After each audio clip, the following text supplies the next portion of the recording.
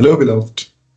Welcome to the Word of Life weekly teaching, where we dive deep into God's Word to strengthen your faith and transform your walk with Christ.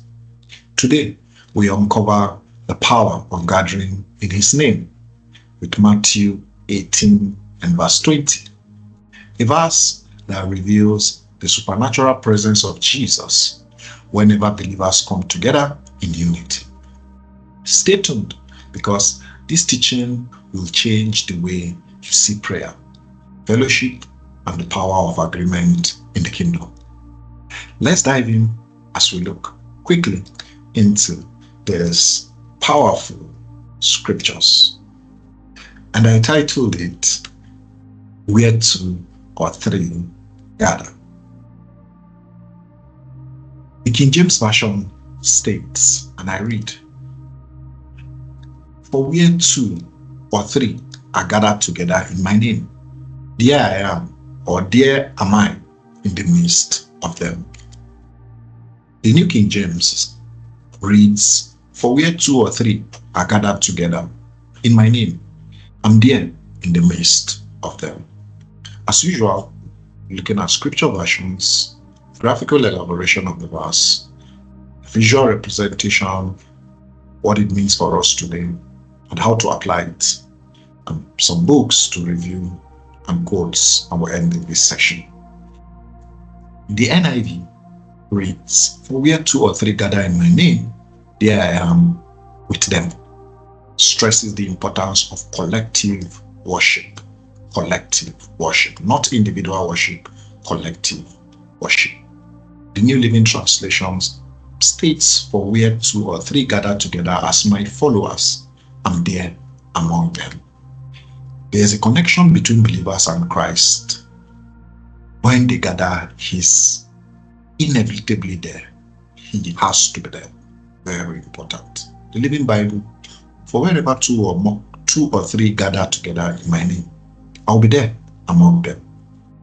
Highlights the power of unity in Christ when believers come together in His name. His presence is guaranteed. Exactly. Bringing guidance, peace, and answered prayers. It attracts Him. Jesus comes when we are gathered in His name. The message. And when two or three of you are together because of me, you can be sure that I'll be there. Affirmative. It emphasizes God's presence in unity with a current language and tone. Finally, the ESV. For where two or three are gathered in my name, there I am. There am I among them. Reinforces God's promise of His presence when believers unite. Very important. Let's graphically elaborate the verse. Imagine a small group of people praying together, symbolizing unity in Christ. Imagine also a bright light shining in the middle of a prayer cycle, signifying God's presence. So the gathering first, culminating in His presence, and also two or three believers in a home, illustrating the strength of even small gatherings in faith. Very, very important. Let's visually represent the verse. Imagine a scene where a group of believers holding hands together, symbolizing unity. A glowing presence attracted by that unity and that gathering. God's presence appearing in the midst of the group. And the third scene, assurance showing that even two or more people praying can make an impact. So His coming is not just to stay or enjoy the gathering. No, it's to impact, to affect. His impact is felt physically, spiritually, in every department of our life when we gather. And what it means for us today, God's presence in community. The verse assures believers that God is present when we gather in His name. So whether in a large congregation, in church, or a small group, God is with us. His presence is attracted, culminating in difference, impact in our lives. Every area of our lives is affected when we pray and gather in His name. Symbolizes also, it means the power of unity in prayer. Jesus emphasizes the importance of praying together. Why? Because prayers carry greater spiritual impact, not by us, but we pray to change us and also change things. Prayer does not change God, does not change Jesus. If you pray, he remains the same. If you don't pray, it remains the same. So it's advantageous for us to pray. When we pray, it changes us and changes things around us. Very important. Also, the strength of small gatherings. Even if it's only 2, the minimum is 2, there is no maximum. People come together in Jesus' name. His presence is assured, culminating in impact, physical, spiritual impact, deposits. The quality of faith also matters more than quantity. When we believe in corporate worship, we are imparted, studying his word, teaching ourselves his word, speaking to ourselves in psalms and spiritual hymns. The quality produces a very, very fruitful and an impactful life. The breakdown of the verse. This verse is part of Jesus' teaching on church discipline and reconciliation. Discipline to stay, go to church, because in Zion, we move from strength to strength in his presence. And reconciliation, bringing others to him that have gone astray. Very important. It highlights the power of believers gathering in unity to seek God's will. And when we seek his will, like it says, thy will be done on the earth, we are imparted and we bring heaven down to earth. So earth looks like heaven when we gather together and pray his will down. Very important. And key phrases in this verse: for where 2 or 3 gather, the focus is on Christian fellowship, the power in small numbers. Very important. Don't estimate small prayer groups or meetings. They carry enormous and inestimable power to impact and change us and things. Very important. In my name, another phrase. It focuses on gatherings centered on Christ. Centered on Christ. Not social, not gossip, not chitty chat kind of gathering, but focused on Christ, his word, and prayers. Those are the 2 legs we use to stand.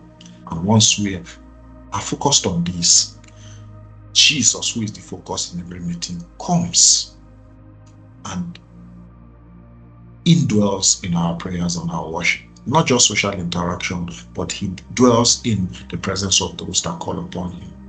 Another phrase, here I am with them, an affirmation.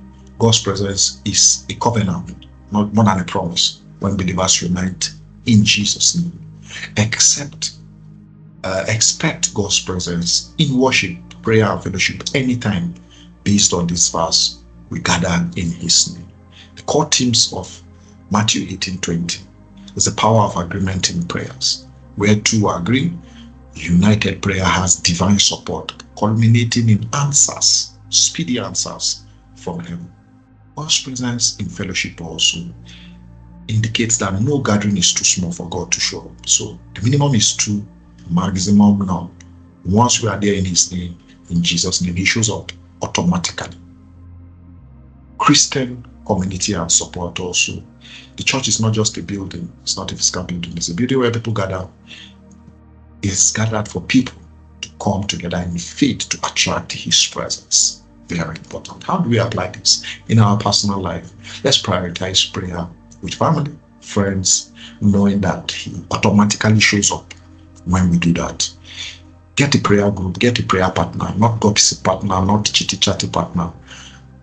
A partner accountable, or both of you are accountable to each other and to God in praying, studying his word, and empowering each other. Like the Bible says, iron sharpened iron, while the countenance of the friend is lightened when you are together in unity.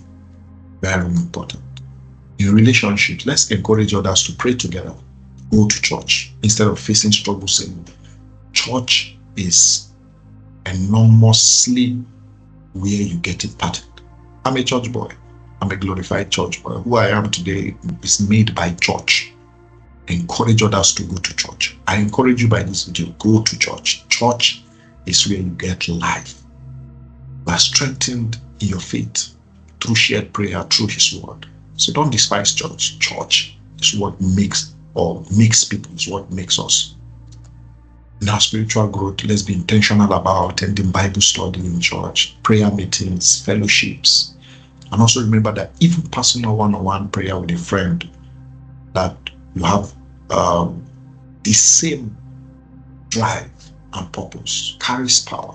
Very important. All right, here are 5 books that will help us explore this. Matthew 18:20, and it states the first book is The Power of a Praying Church by Stormy Martin. A deep dive into the impact of corporate prayer. Very important. Get the book, it will blow your mind and meet you and get you glued to church and every spiritual gathering. Number 2, Prayer, Experiencing an Intimacy with God by Timothy Keller. Explores the biblical foundation of prayer and God's presence. Powerful book. Get it, enrich your life, you have your soul. Number 3, Authority in Prayer. Praying with Power and Purpose by Dutch Sheets. This book explores how believers can pray effectively and experience God's presence when gathered in unity. Number 4, Fresh Wind, Fresh Fire. What happens when God's Spirit invades the heart of His people by James Simbala. His powerful testimony on how a praying church can experience God's presence and transformation is a must-read. Get the book for your library and for your soul to build you up. And finally, Revival starts here. A short conversation on prayer, fasting, and revival for beginners like me, Dave Clayton. This book encourages believers to unite in prayer and fasting in experiencing revival in their communities. Powerful book. Lift your soul up and blow your mind. All right. The sage of blessed memory, Charles Spurgeon, said, "No prayer is lost. The channel is opened. 2 or 3 can move the hand of God." Well said.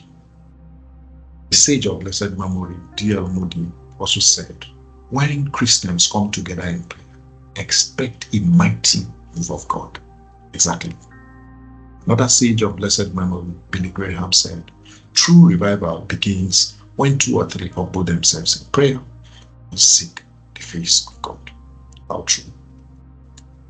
Number 4, a small group praying together can accomplish more than one person praying alone. I agree. By Pastor Rick Warren. And finally, prayer is not about numbers or so many people gathering.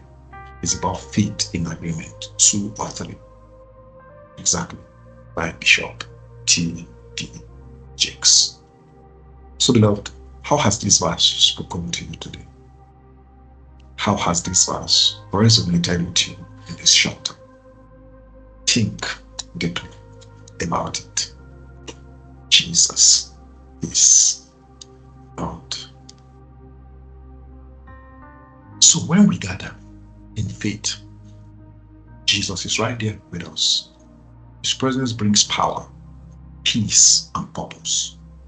So whether you're praying with family, worshiping with friends, or fellowshipping in church, know that you are never alone and you are impacted with spiritual gifts, resilience, and strength in His presence. Don't forget that. If this teaching blessed you, don't forget to like, share, and subscribe to the Word of Life weekly teaching for more spirit-filled insights. Stay connected, stay in faith, and see you in the next episode. Shalom.